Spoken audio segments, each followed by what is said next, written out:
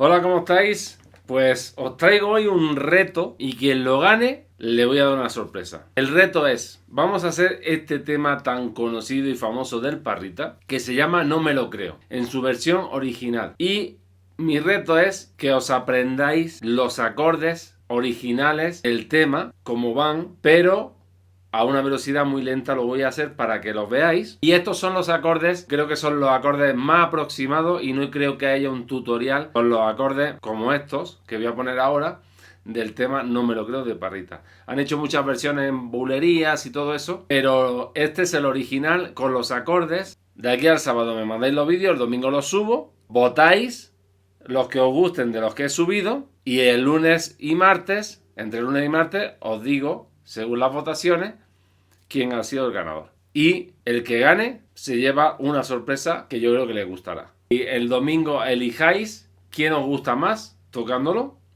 y quién se aproxima más o quién lo hace mejor. Vamos a hacer los acordes. Lentito por tema de autores, que ya lo que sabéis.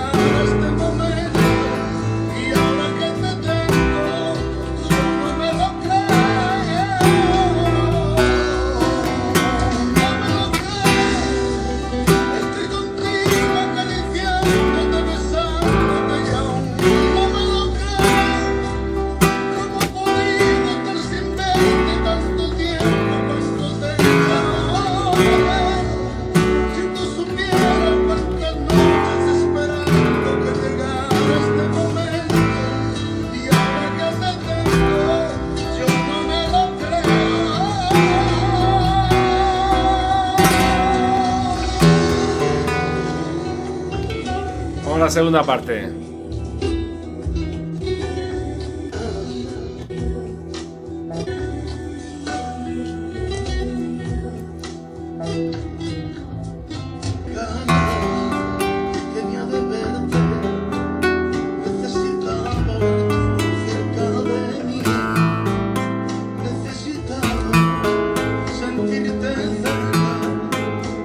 Tus manos y volver a ser feliz.